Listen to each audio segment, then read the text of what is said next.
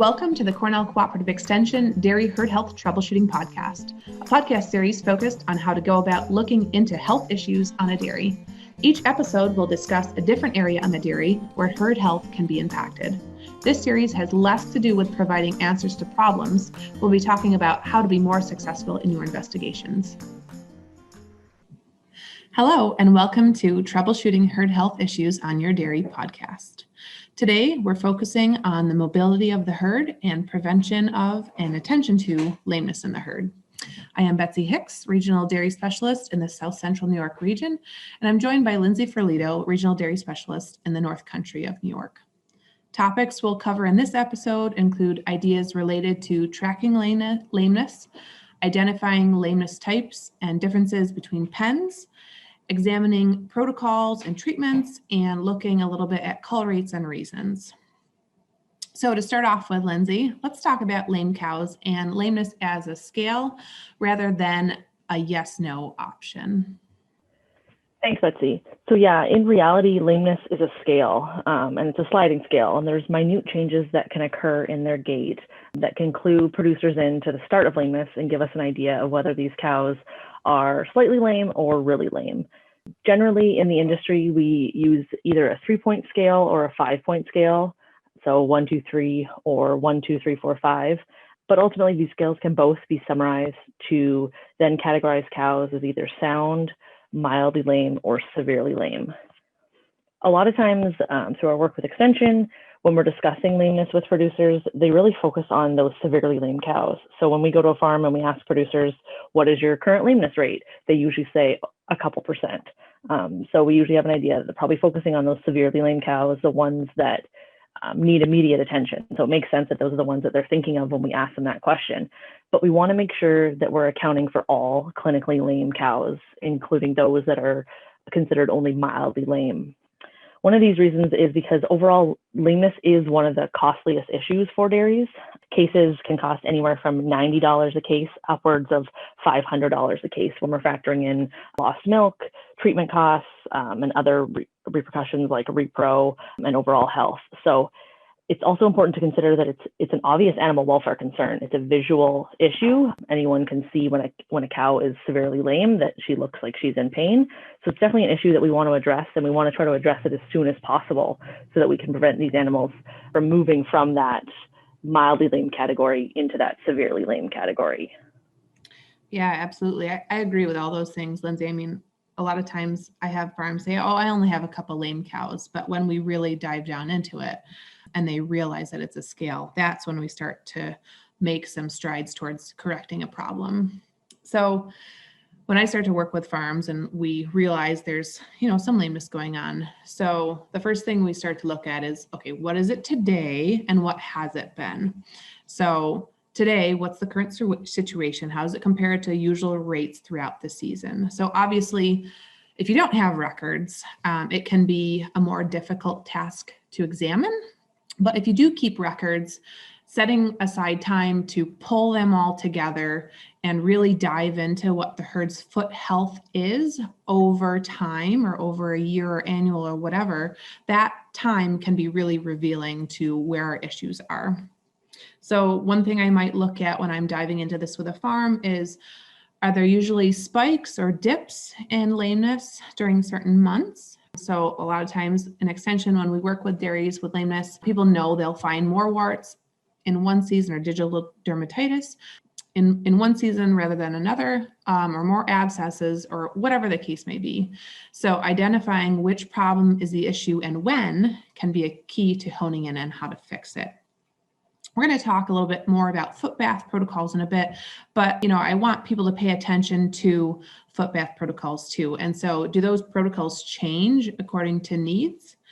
So are we adjusting how many times we're running the bath according to what we're seeing? And then are they being changed because of seasonality? So like right now, we're in some pretty serious cold weather in upstate New York. And the reality is footbaths probably aren't being run like they normally should or would. So should we be adjusting those footbath concentrations or timing of those footbaths to better address the issues that we're seeing? Exactly. And one of the things we also have to consider is how are dairies currently tracking lameness? So lameness is, as you said, a problem that a lot of dairies know that they have, but it's hard to track and monitor as it's really time consuming. So one dairy I worked with asked if I could lameness score all their animals, and it took 8 hours because it takes 8 hours to milk the whole herd, and you want to stand there and watch the cows as they're exiting the parlor. So it's very time consuming. And it's also hard to identify all lame cows, especially those mildly lame cows, if you don't know exactly what you're looking for and you don't have a lot of training. We found that producers tend to underestimate the real prevalence of lameness on their dairies. And a study out of Canada actually looked at this, and they compared how many lame cows were identified by a producer or a farm worker compared to a trained researcher. And they actually found that the researchers were identifying 2.5 times more lame cows than the producers did. Because again, usually people that are working on the farms are focusing on those ones that look more severe, that need more immediate attention. Yeah, you and I have worked on a lot of different programs together where we're tracking lameness and trying to show producers how to identify this. And there was one herd that I worked with. I mean, they had very, very low clinical lameness signs. And I called a cow lame and he said, I don't see it. I don't see it. And I showed him the minute changes in her gait.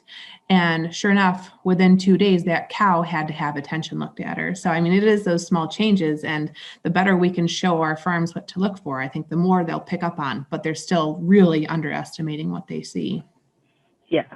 So I want to talk a little bit about dairy comp or ways to record cases and track cases, and then how we use those records for follow-up. So more and more people getting dairy comp 305. We don't necessarily need that software. It's super great. We can really keep great records over time for that. But even Excel is a good way to track cases and types of lameness because it helps identify when there's an unusual increase or a shift in the types of lameness. Definitely, we need to involve the hoof trimmer to properly identify which foot, which toe, what problem, or what have you. What of those things can be key to getting on top of an issue. A lot of the hoof trimmers now have this great software that they can input data cow side, like literally while they're trimming the foot. And then you can then use that data for your records analysis. And we tell farms all the time, be consistent with the conversations with your hoof trimmer, be consistent with the people that you're asking to look at cows or score cows, try and use the same scale and try to do it in the same way and same location. So time relative to milking, maybe on the way away from being milking, those sort of things. Be consistent. And a lot of times cows will hide things because they know we're watching them. So if we make it a part of their routine, they're maybe less likely to hide things if it's more of part of their routine, if we're always watching them in the same time, same place. Yeah, that's a really good point. Yeah, you don't want to send someone who's never in the barn, who's wearing a bright coat or something, and have them standing right in the alleyway. That's obviously not going to be giving you a good indication of what's going on. So now that we recognize this cow is lame, we need to figure out what is causing her lameness. And we know about 90% of the time, lameness is caused with an issue in her foot versus her leg. And it's usually in her rear feet compared to her front feet. So as Betsy was talking about, having that good communication with your hoof trimmer, whether it's a farm employee or someone who comes to the farm, and really have them give you feedback on what is causing the lameness, whether it's a wart or an ulcer or white line disease, or maybe it is a leg. And knowing this information can help us determine the cause of lameness and then the proper treatment. So different issues can be caused by different housing and management factors. So for example, if you have a lot of digital dermatitis, good Footbath, and then you're going to want to look at pen cleanliness. So manures is one of the biggest causes of the digital dermatitis. So another thing to consider would be looking at stocking density, because obviously if we've got higher stocking density, we've got more manure in the same amount of space. Pen design, so our cows standing more in the stalls because the stalls are too small and they've got their rear feet standing in the alley. So just looking at those different types of things that can be causing these different types of lameness. Absolutely. So, differences in between pens. Is there a problem pen that we see that's managed differently, or it's in a completely different barn or different facility? So on one project that you and I work on, Lindsay, often we'll see dry cows are housed differently from lactating cows. And so I want producers to think, are we actually helping to heal cows during their break? Or are they going into a pen that, we don't ever go in because, those cows are on vacation, they're out there, they're fine. But are they going into a pen that needs some serious TLC when it comes to cow comfort? And it is promising, because when producers, maybe are discouraged if lameness is higher on their farms than they'd like it to be, you don't have to redesign every barn, every pen. Research indicates that even if we just give cows a break during the dry period, maybe throwing them out on pasture or really giving them a nice facility, properly sized stalls, good bedding, even doing that just in the dry period has been shown to help reduce lameness throughout the rest of her lactation. So, you may need to just start focusing on that dry pen or a specific pen, and then you can start looking at the other pens as well. Right. That's what I like to do too, is looking at certain pens or certain age groups, like all older cows or stages of lactation, are all just fresh cows getting lame. Especially I like to look at heifer groups.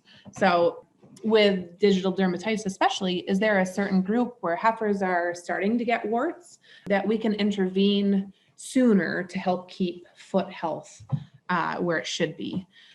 We really want to think about where or at what stage is the issue arising and what's causing it. We've talked a lot about warts, digital dermatitis. Like I said, we think about cleanliness. Do we need to clean more frequently?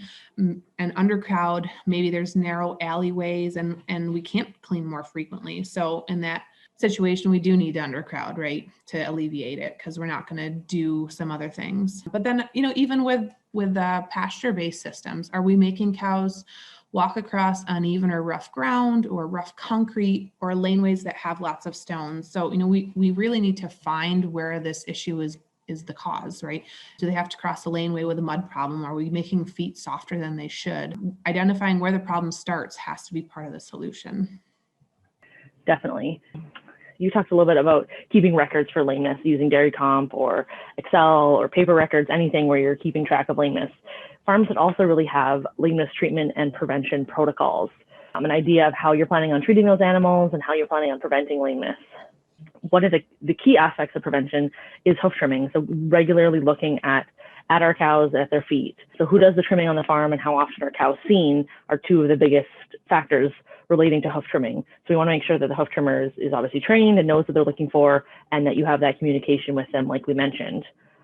So research shows that herds have lower lameness prevalence overall when they schedule cows to be seen by the trimmer at least once or twice a year versus randomly when the farm decides a cow needs to be looked at.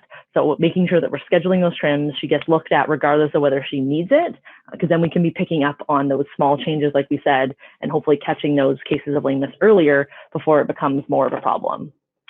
And then talking about the foot bath, we really want to aim to have all 4 feet dunked at least 2 times. So we need a really long foot bath. So a lot of times producers are still using some of the outdated black tubs that are measuring a lot smaller than we'd like. We really want to see that foot bath 10 to 12 feet long and keeping it narrow, so about 2 feet wide, so that we're not using too much product and making it too costly. We also have to remember to change the foot bath regularly after it gets dirty. So depending on your farm and the design and the location, it's anywhere from about 100 to 300 cow passes. So this is going to require someone to actually go out there, take a look at the foot bath, make sure cows are walking through it properly, getting dunked twice, and then changing it out when it's getting dirty. A cool tool that farms can use is from the University of Wisconsin Dairyland Initiative. They have a foot bath dose calculator. So you can go in, enter the dimensions of your foot bath, so the length, the width, the depth, and then pick your active ingredient and concentration, and it'll tell you how many gallons of that you need to add to your foot bath to get the proper concentration. Yeah, I use that tool all the time, Lindsay. I mean, there's people stick foot baths everywhere, and they've tried a lot of different things with homemade ones, which is great as long as we're really getting that long, narrow foot bath. Sometimes we don't know the volume of it, so that calculator is great, and we can, look at different concentrations to match up with what we're trying to do. I'm working right now with 2 dairies actually on foot bath protocols. Like you said, the first step was to accurately measure the bath, figure out how many gallons it holds. Next was to decide that since they're not running it as frequently, that they want to up their concentration from 3 to 5%. This dairy actually had to take time to accurately measure their product, and they realized even at the 3%, they weren't putting in enough to reach that proper concentration. So other things we're looking at include the pH of the solution and making sure that we change it by the time we get to pH 5. They don't know what pH 5 is in terms of cow passes. So we're going to, monitor that after 100, 200, 300 passes. Where are we? We don't want it to get higher than 5. And then recognizing too that hard water can affect how well our baths work. So really there's a ton of things we can delve into with Footbath. I mean, we could talk all day about just foot baths to make sure our money is working where we need it to. So we've talked about having lameness prevention protocols and treatment protocols. We also need to have action plans. So when a cow is actually identified as lame, what happens next? So is she treated? Does she get trimmed? Does she get moved to a different pen? Looking at the FARM program guidelines, their recommendation is that less than 5% of the lactating herd should be severely lame. So part of that comes into, if you have a cow that's in one of your lactating pens that is severely lame, we need to be considering whether she should stay in that pen. Should she be walking that far to and from the parlor? Should she be in that large pen of cows, potentially having to compete for food or space to lay down? So once a cow is identified, she should obviously be treated and trimmed or looked at, and ideally moved to either a sick pen or a box stall or a pen that's closer to the parlor where she doesn't have to walk as far.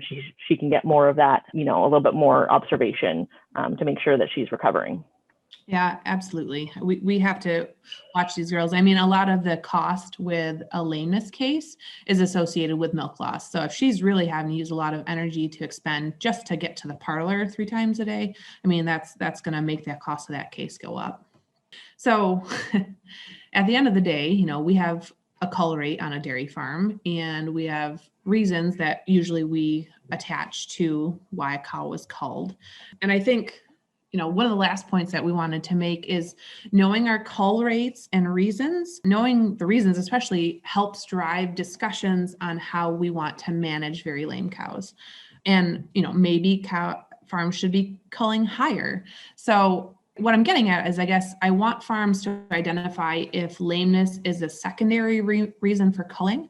So, what your main reason might be low production or repro, thing that you put in dairy comp, but really are the cows that are being culled, are they culled because they were lame and because they didn't have the reserves they needed for production or for reproduction? Again, that's why having good records helps. Yeah, and it is a lot of work to maintain those records, but ultimately you're going to get out of them what we put in. So the more detail we can include on these cows about, like you said, about whether, they were lame and then that led to poor repro production, the more we put into it, the more we're going to be able to get out and be able to look at these trends and see if these are animals that should stay in the herd or not.